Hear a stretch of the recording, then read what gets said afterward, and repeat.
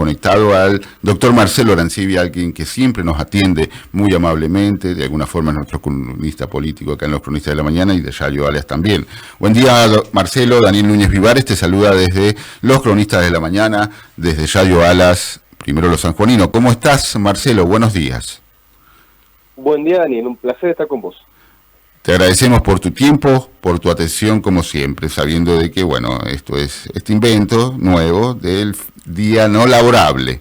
En vez de feriado puente, ahora le ponen día no laborable. Marcelo, bueno, tomó estado público en las últimas horas que hay un proyecto que estaría enviando el Ejecutivo Provincial. A unos pocos se sabe de, bueno, modificar esto que se hizo hace un par de años atrás. Voy a dar mi humilde opinión, este latrocinio que se hizo con la Constitución Provincial, en donde se llevó de 2 mandatos, se pasó a 3 mandatos en la era giojista para gobernador y vice en nuestra provincia. Marcelo, tu punto de vista, me imagino que estás a favor, pero en este contexto en donde el oficialismo está en minoría en la Cámara de Diputados, ¿es factible?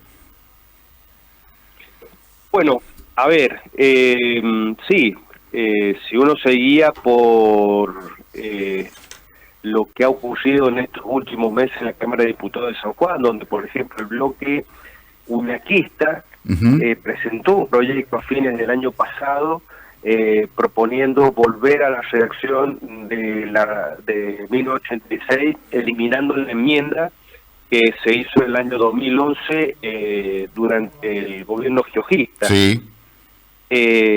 ¿Por qué digo esto? Porque para nuestra Constitución Provincial, para poder enmendar un artículo, se necesita primero ser aprobada la nueva redacción del artículo por 2/3 de la totalidad de los diputados de la Cámara Provincial. Entonces, si esta es la propuesta del gobierno provincial, que cuenta con 12 legisladores, más los uñaquistas, más otros sectores que suelen acompañar al oficialismo, como el caso del bloquismo y algunos diputados de forma personal, individual, y con un giojismo que no tiene un peso relativo dentro de la Cámara de Diputados y sin embargo han manifestado públicamente que le da lo mismo, volver a la Constitución del 86, bueno, existiría ese amplio consenso que exige la Constitución Provincial para que las 2/3 partes de los diputados de la provincia eliminen aquella enmienda y volvamos a la redacción original de la Constitución del 86, que, como bien has dicho vos, solamente admite una sola reelección. Bien. La discusión va tardada entonces en la oportunidad de que se deba someter a consulta popular lo que la Cámara de Diputados resuelva con sus 2/3 partes de la totalidad de los miembros, porque hay que recordar que Gioja, cuando hace la enmienda a la Constitución, tenía una mayoría absoluta. Efectivamente, sí, tenía una mayoría abrumadora. 32 de 36 diputados le respondían. Y él hizo algo inconstitucional que quedó luego, bueno, tapado porque más del 65% de las personas que se expresaron votaron a favor de la enmienda. No hay que olvidar ese dato. Sí, que acompañó, la sociedad, el electorado acompañó. Porque Gioja utilizó, él convocó unas elecciones que no eran las elecciones generales siguientes. Exacto. Él convocó a un referéndum, una consulta popular, a un referéndum, a un plebiscito, donde él se plebiscitó.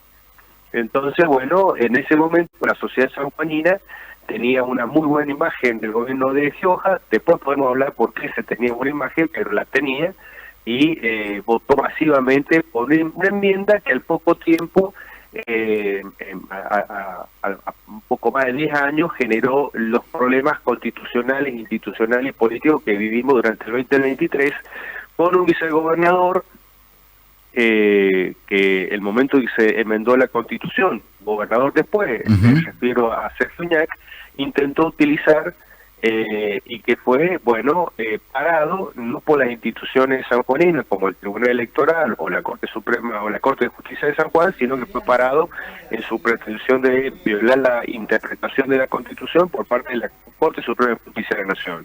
Y después por el cuerpo electoral sanjuanino, es decir, por los electores sanjuaninos, que no acompañaron después, bueno, esa deriva de intentar quedarse a través de la postulación del hermano.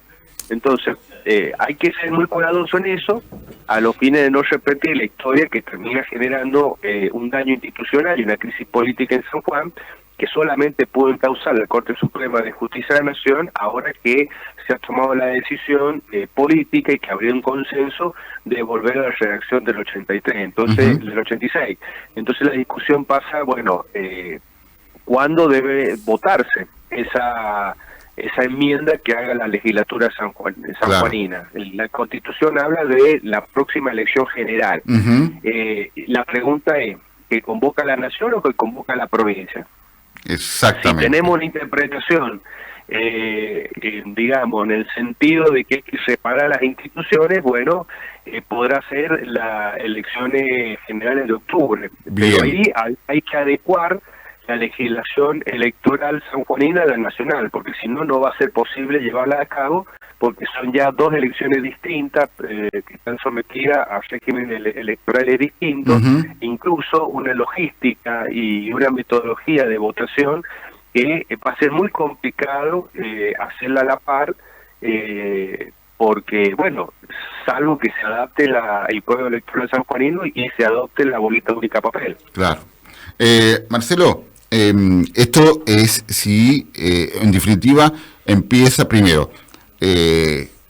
Son declaraciones del propio vicegobernador, el doctor Martín. Creo que también el gobernador de la provincia se ha referido al tema. Pero aún todavía no llega ningún tipo de proyecto a la Cámara. Por lo tanto, y sabiendo que el reloj te empieza a jugar en contra, ¿no, Marcelo? Si fuese en octubre. Bueno, a ver, más allá de que uno acompaña esta decisión, si se toma, porque creo que hay que volver a la redacción de la Constitución del 86 y cerrar la posibilidad de que una persona tenga la posibilidad de estar 3 mandatos consecutivos como gobernador o en la fórmula, gobernador o vice. También hay un análisis político que se debe llevar adelante. Este tema no es menor de cuándo hacerla, porque,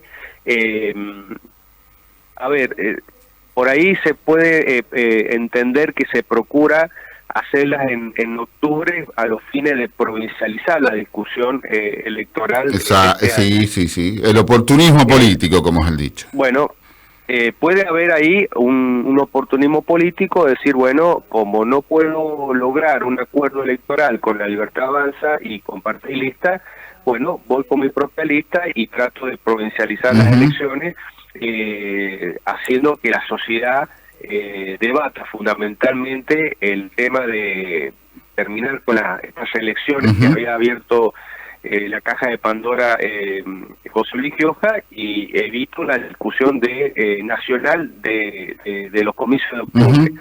Bueno, eso tampoco no sería bueno, porque yo creo que es necesario que el pueblo argentino y el sanjuanino en particular entre en el debate del comicio nacional y discuta cuáles son los diputados que necesitamos tener en el Congreso para, ese gran debate nacional que siempre está pendiente de la reforma que el país requiere para poder salir adelante una vez por todas, incluso para defender postulados, principios y formas de Estado y de gobierno que hoy están en jaque, como el Estado republicano y federal, y la forma de gobierno democrática y representativa. El gobierno de Milei es un gobierno detractor de esa forma de Estado y de esa forma de gobierno, pero también debatir las reformas que este país necesita para no terminar siempre con la fácil de una mega devaluación, para que no hacer, digamos, los cambios que este país necesita para hacer de la Argentina un país con un sistema productivo que sea competitivo y que sea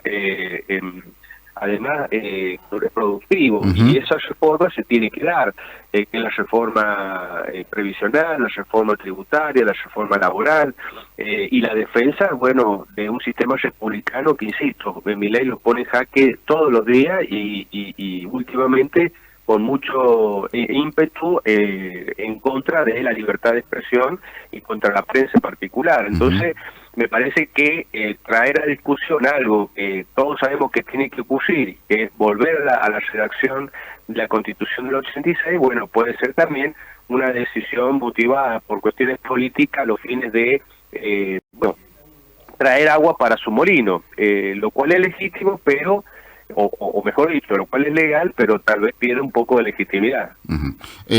Marcelo, por último, para ir culminando con este punto, ¿y si no se pasaría para las próximas elecciones nacionales generales 2027, no, Marcelo?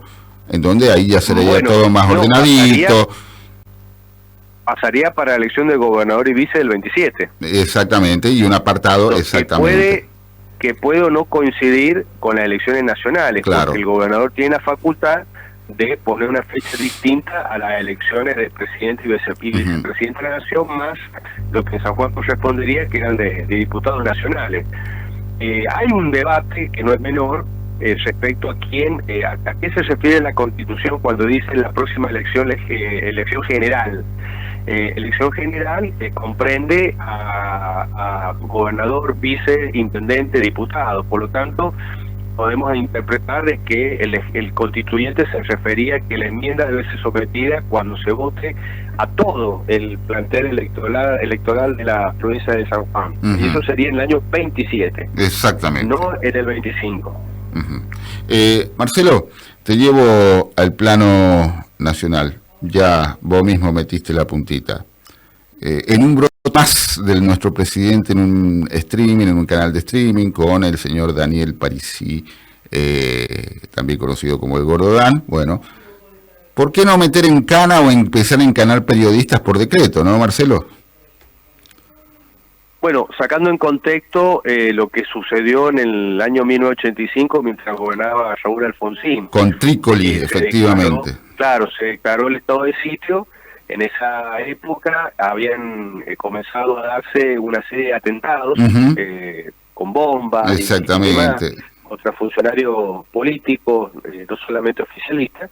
Entonces se decretó el estado de sitio y Alfonsín, con las facultades constitucionales que le da en un país con estado de sitio, ordenó la detención de 12 personas, en las cuales habían 2 periodistas que estaban, y la justicia después investigó, complotando con el proceso democrático que estaban haciendo ya en el año 85. Recordemos que veníamos de una tremenda dictadura militar. Sí, se dio precisamente, el contexto en ese momento se dio cuando se estaba generando el célebre juicio de las juntas, ¿no? En donde, bueno, tuvieron que implementar el estado de sitio porque habían bombazos, habían amenazas a la oficina del doctor Estracera, como mínimo, te digo, ¿no? Claro, el contexto es totalmente distinto. Por suerte, la democracia en Argentina ha logrado apartar la violencia política. A veces hay excepciones, fundamentalmente la dialéctica, y quien más uso de esa violencia dialéctica que estamos realmente sorprendidos, ya no tanto o para nada, es el caso del presidente Milei, que justamente hoy sale en un diario nacional que Argentina ha caído estrepitosamente como un país, digamos, que garantiza la libertad de prensa y de expresión. Por esto de que el presidente en su discurso le pide a la ciudadanía que odie un poco más a los periodistas. Yo creo que lo hace primero por convicción ideológica en su alineamiento a la ultraderecha populista internacional. En un mundo donde la democracia no está bien vista por la sociedad, porque la atribuyen, digamos, al fracaso de los procesos económicos, sociales, por permitir la migración, la globalización, etcétera. Bueno, en los países las instituciones que representan la democracia, como el Congreso, como la justicia, están sumamente desconsideradas por la sociedad, tienen mala imagen. A eso agregarle los partidos políticos, los sindicatos, las cámaras empresarias, tienen toda mala imagen. Entonces, un populista de ultraderecha, que puede ser Milei, pero también puede ser Trump, eligen a la prensa para demolerle su credibilidad a los fines de, bueno, quedar solamente el titular del Poder Ejecutivo con algo de buena imagen. Entonces, vos imaginate, si Milei tiene en el orden nacional, como dice la encuesta, en promedio un 40% de imagen positiva, la gente no cree o odia a los legisladores, a los jueces, a los periodistas, a los sindicalistas, a los empresarios. Bueno, la única palabra que la sociedad escucha y parcialmente cree, pero de manera importante, es el presidente. Y esto le permite gobernar como quiera, sin control, sin rendir cuenta. Entonces no es una cuestión ideológica, pero también es una cuestión instrumental que Milei ha traído de esta ideología de extrema derecha internacional y la aplica. Lo que Milei pretende es que la gente se informe por las redes sociales, donde es lo mismo la Biblia de Calefón, y no hacerlo con el rigor que tienen los medios de comunicación en términos generales, porque también voy a encontrar muchos periodistas que no pueden decirlo como tales porque son propagandistas. No, sí, a ver, yo creo que la metodología la metodología de este gobierno es exactamente igual a la del kirchnerismo. El kirchnerismo tenía sus 6, 7, 8, y ahora este gobierno tiene panelistas, y panelistas que, desgraciadamente, gente que de alguna forma ha vendido su prestigio. Estamos hablando de periodistas de años, que se han convertido en propagandistas de la actual gestión, ¿no, Marcelo? Sí, ya a esta altura me empiezo a dudar si cuando defendían la democracia de la República... Efectivamente, no sé si lo hacían por una cuestión de ir contra el kirchnerismo, exactamente, porque, a ver... Creo que no había muchas convicciones. Efectivamente, yo creo que no había muchas convicciones, yo creo que lo hacían porque no les costaba el color político, nada más, Claro, hay paralelismo, así como Cristina elegía a los periodistas que la entrevistaban, Milei hace lo mismo, hay 5 o 6 periodistas y de ahí no sale, y bueno, esos pseudo periodistas no preguntan, sino que, como se vio en el video de Johnny Viale, está todo armado para construir, bueno, un discurso destinado a que la sociedad crea cuestiones que, bueno, son difíciles de explicar o justificar, como fue la mega estafa de la criptomoneda libre. Exactamente. Entonces, bueno, yo creo que Milei en eso es consecuente con la ideología de la ultraderecha. Ellos quieren que la prensa y los periodistas no tengan credibilidad. Hay una estrategia que la esboza y la ofrece y la recomienda, que el gran estratega de la ultraderecha internacional, Steve Bannon, de saturar la cancha. Entonces todos los días por las redes sociales postear cualquier tontera, de modo tal que la gente no se concentre en lo importante y se quede enganchado con cuestiones menores o que muchas veces son falsas, ¿no? Marcelo, bueno, acá el apuntado obviamente es Carlos Pani.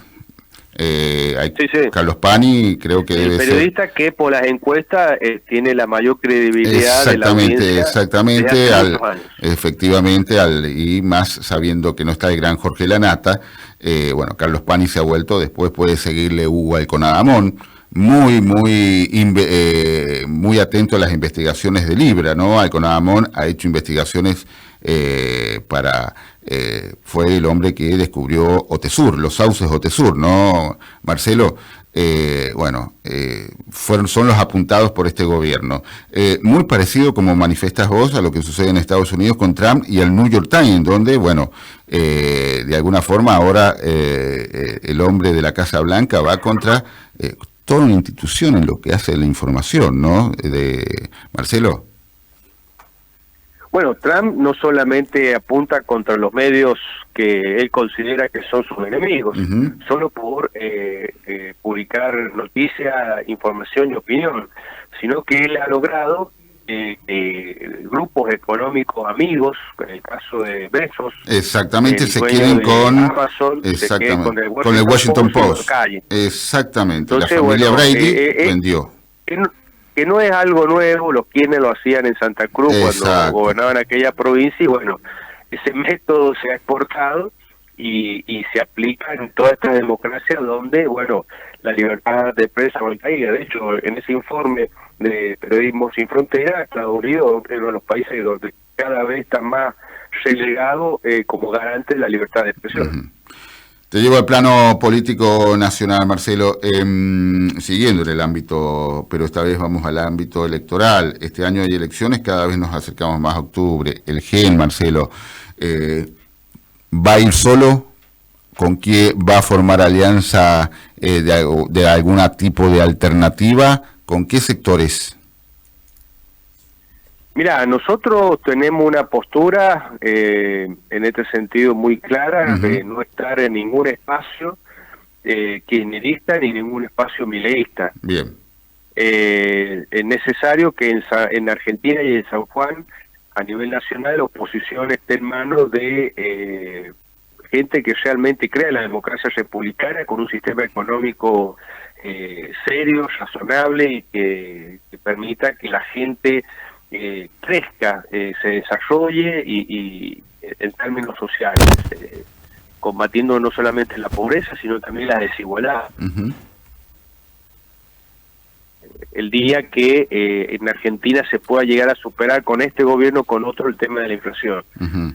Ese es nuestro propósito, construir ese espacio y bueno, seguramente va a ser un espacio donde la sociedad lo busque y ayude a construirlo, porque si la opción es Cristina o Kicillof, bueno, no tenemos salida, porque la gente no quiere volver hacia atrás a una economía inflacionaria, autoritaria, pero tampoco que esté presente de un gobierno autoritario, insensible. Así que bueno, se necesita gobiernos tolerantes. Para eso deben tener convicción y mucho coraje de defender la Constitución, y eso en el escenario político nacional y sanjuanino, después de la irrupción de Milei, creo que estaban en duda, por eso que la gente no votó a Juntos por el Cambio, y bueno, hay que construirlo, y en ese espacio y en esa construcción estaremos nosotros.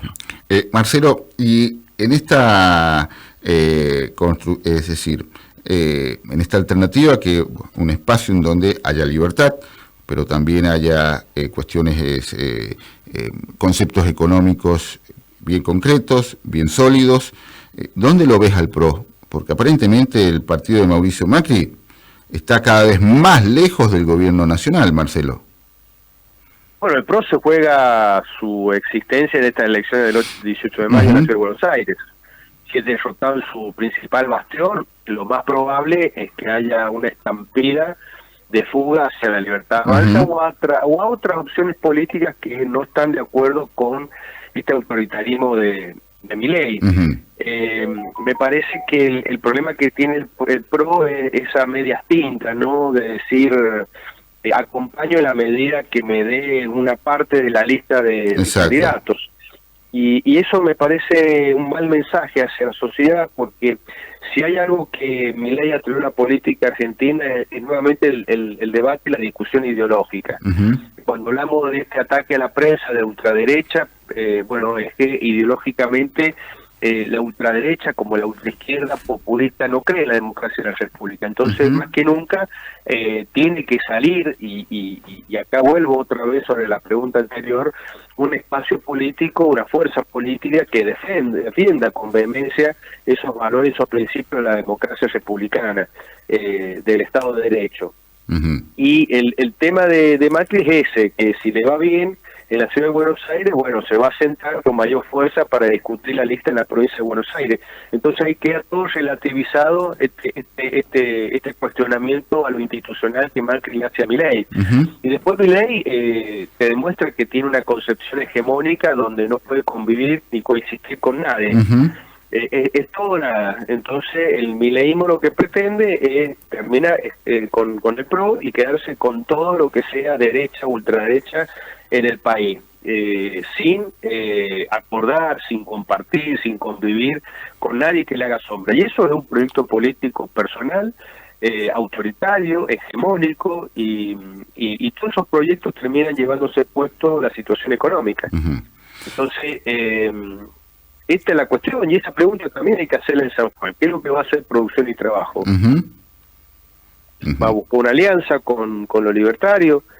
En razón de que sin una buena relación con la nación corre riesgo la gestión provincial.